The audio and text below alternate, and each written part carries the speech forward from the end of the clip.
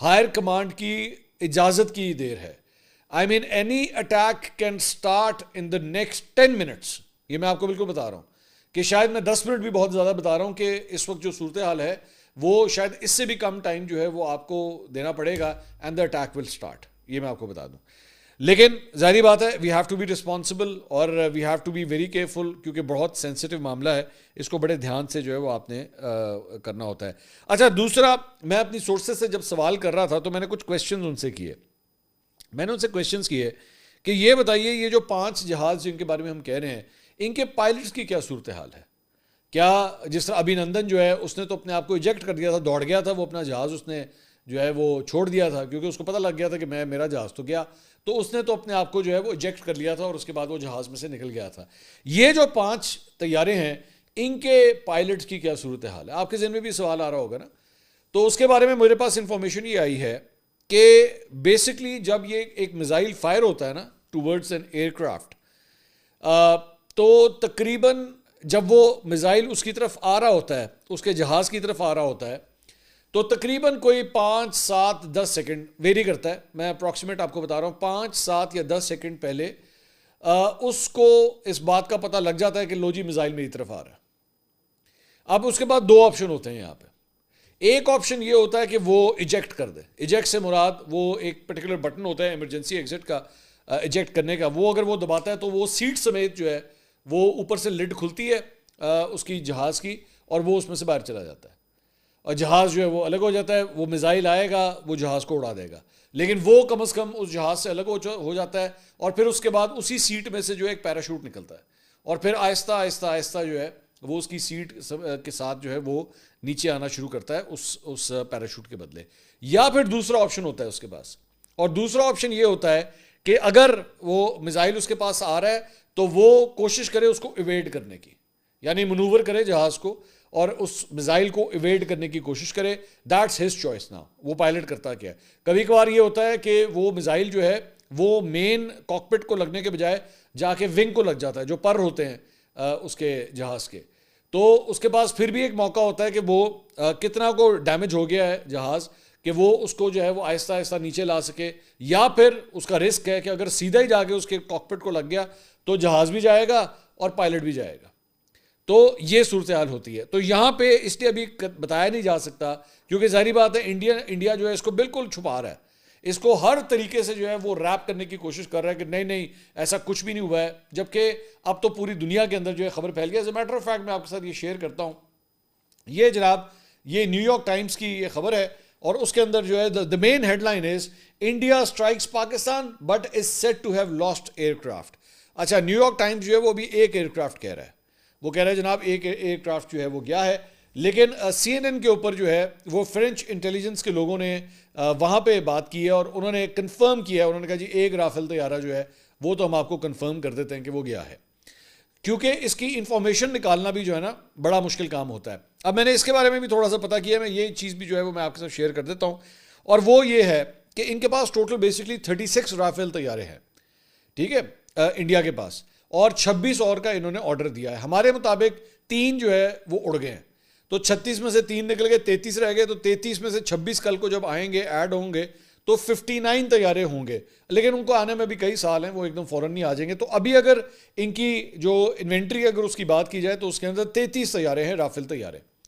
اچھا اب ظاہری بات ہے یہ پتہ کس طرح لگے گا, 2-4 چیزیں ہوتی ہیں. ہمارے جس طرح جو طیارے ہوتے ہیں نا اس کا ڈیٹا جس طرح ہمارے کنٹرول ٹاور کے پاس جا رہا ہوتا ہے, سارا کچھ پتہ ہوتا ہے وہ کدھر ہے, اسی طرح ان کے طیارے جب ہوتے ہیں نا, جب وہ ہوا میں اڑتے ہیں تو ہمارے سیٹلائٹس بھی اس کو ٹریس کر رہے ہوتے ہیں.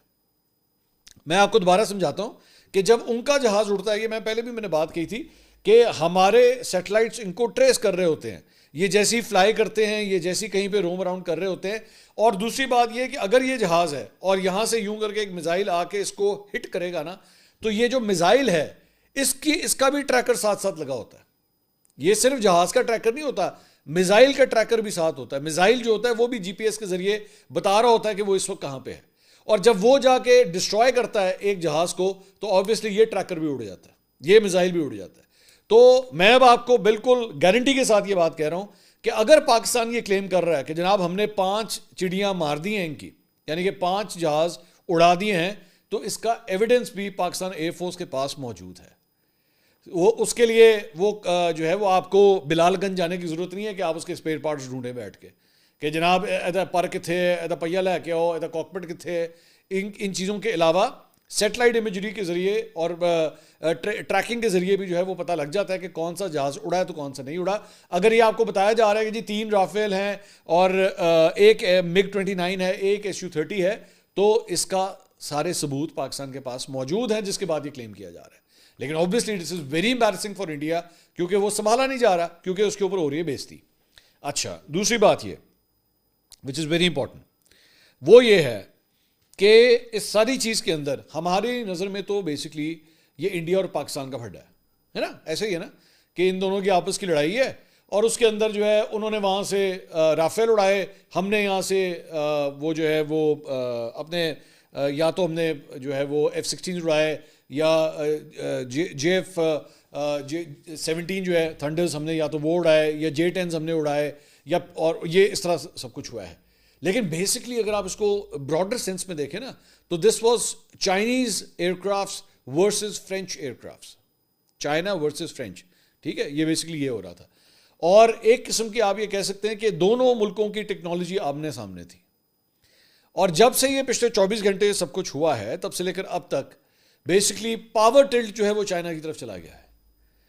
کیونکہ ہم تو چلیں کلیم کر رہے ہیں نا, ہم تو یہ کلیم کر رہے ہیں کہ جناب ہم نے آپ کے اتنے جہاز گرا دیے ہیں. ادھر سے تو ایک کلیم بھی نہیں آ رہا کہ جناب پاکستان کا بھی کوئی جہاز گرایا گیا,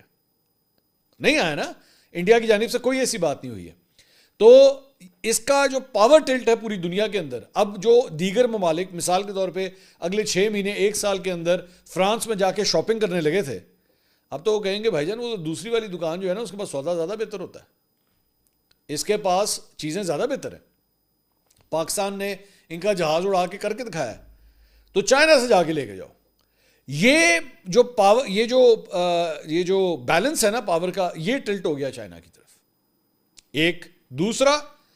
پاکستانی پائلٹس نے چائنیز ٹیکنالوجی کو جس طرح استعمال کیا ہے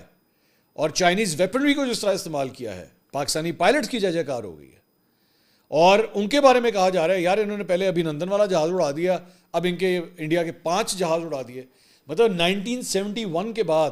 اگر کوئی ڈاگ فائٹ ہوئی ہے, یا ڈاگ فائٹ تو نہیں اس کو کہا جا سکتا, لیکن اگر کسی کے ایئر پاور کے اندر جو ہے وہ ڈومیننس آئی ہے پاکستان کی طرف, دس از انپریسیڈنٹڈ. پاکستانی پائلٹس کی پوری دنیا کے اندر جگہ کار ہو گئی ہے. اور میں ایک بات اور کہنا چاہوں گا, یہ میرے ذہن میں بعد میں آیا, میں پچھلے ویلاگ میں بات نہیں کر سکا, اینڈ پلیز میری یہ بات ذرا غور سے سنیے گا. ناٹ